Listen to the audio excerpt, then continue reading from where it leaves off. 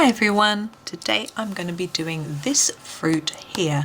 Now I had to ponder at what this actually is, but having had a look at what people are saying and looking online, I think this is a quince. Now a quince is looks a bit like a pear, which is the shape, is pear shaped, but inside it has quite brown little pips, I suppose you'll call them. They look a bit like apple pips. I'm not quite sure it looks exactly like this in the picture, but we're going to have a go anyway. Now the outside skin is very yellowy green, so I'm going to start off with that, and I'm going to use this yellowy green colour, which is, I think, let me just see, look for you. Yes, it's the Cadmium Yellow Lemon. Now it isn't quite lemony, but we're going to use this as a base for the skin, and then we're going to add a few other colours on as well. Now I'm going to be careful not to go inside. The fleshy part inside is white, or might be cream. I'll have a proper look at it in a minute, but we don't want to go over that bit. I should really sharpen this, but hey ho, we're nearly done now, just a little layer. So we've got a slight green tinge in here, but I'm going to go over it with another yellow. I'm going to pick, yeah, I think that one will do.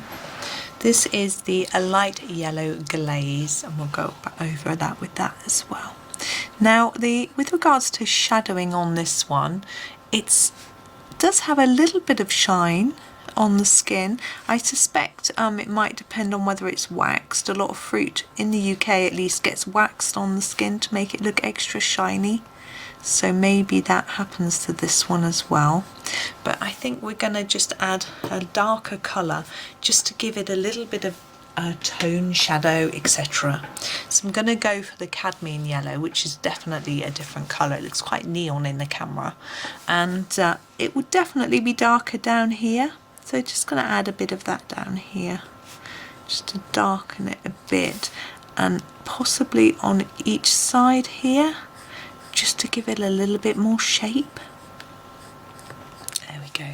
Now some of them I have noticed from the photographs I'm looking at have little brown marks on, but from what I can see those are probably not on every fruit. They're more like a sort of discoloration, maybe from insects and things like that, so I think we're going to leave that and not pop it in. We are going to do the little stalk. It's just a wooden stick, so I'm just going to grab I think we'll go for a fairly dark one. This is the Burnt Umber, I think. I will just checking for you. Yeah. So we're just going to do it that colour. And this will be different to the colour. Just doing a little bit more here and here. It wouldn't catch the light massively because it's not shiny, but it just gives it a little bit more of a realistic look, I guess. Now inside, I haven't got many pictures of the inside, but it's the little pieces of seed that are inside are quite dark. I'm not going to quite go as dark as that as I did for the stick, but I'm going to grab this one, which is, I'm just going to sharpen it while I look at the number. 176. It's my Van Dyck Brown. It's one of my teeny browns from my teeny brown collection. Now the seeds are quite matte, but what I'm going to do is colour them darker around the edge and a little bit lighter in the middle, just because of the way the shadow might fall. You know, these are near each other, so they're going to be shading each other. I don't want a sort of really bright white dot, which I did for that one. I want to make sure it doesn't look dead shiny. Now the fleshy bit is a cream, so that's going to be a little tricky to sort of colour and look like we've actually done any colouring, so I'll have to give that some thought as well.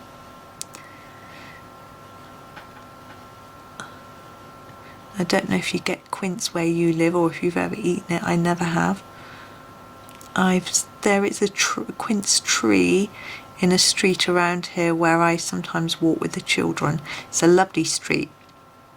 has got a lot of different types of houses, but they're all really interesting. So there are some terraced houses, and there are some old red brick cottagey type houses, and there are some absolutely enormous houses, and with massive gardens. One of them which has been converted into flats, and the gardens are yes, right, and the gardens are houses now as well. I'm going to leave that. I'm not going to do that other row as fruit. I'm looking at the flesh. The flesh has a little bit of a colour on it towards the centre, so I'm going to do it like that bit's the flesh that's sort of holding the seeds in. So the first thing I'm going to do is go over those black lines a bit with my jelly roll, just to tone them down a little, because there's not a black line in there, but there is some markings. So if we tone it down, those markings will be there, but they won't be so defined is the word. I can't find my words today. I'm actually a freelance writer. I shouldn't have trouble finding words. Occasionally I do. Someone said to me once, what happens if you need a word and you can't think of it? Because sometimes, I'm sure you get the same thing. Having a conversation and you need a word and you just can't get it. Well, I do two things. I either ask someone if there's anyone around, or I just use a different word that isn't quite the one I wanted and just get on. Because I get paid per word. I haven't got time to ponder, excuse me, and spend time worrying about finding the right word or using a thesaurus to look it up or anything. I just move on and get on with it. And I actually use Grammarly, which sometimes will tell me anyway which the right word is. Now the inside fleshy bit, slightly creamy yellow. I'm not going to use the ivory. I'm actually going to grab the, whoops, I'm going to drop the cream colour for that. You can see it's got a little bit yellowy. I'm just going to I'm not going to sharpen it because it'll chip off the white pen. I'm just going to, and you can see that there is some colour there, hopefully, anyway. We need a bit on where we've done the white pen, but I'm doing this first so that hopefully the white pen dries a bit before we go over the top of it.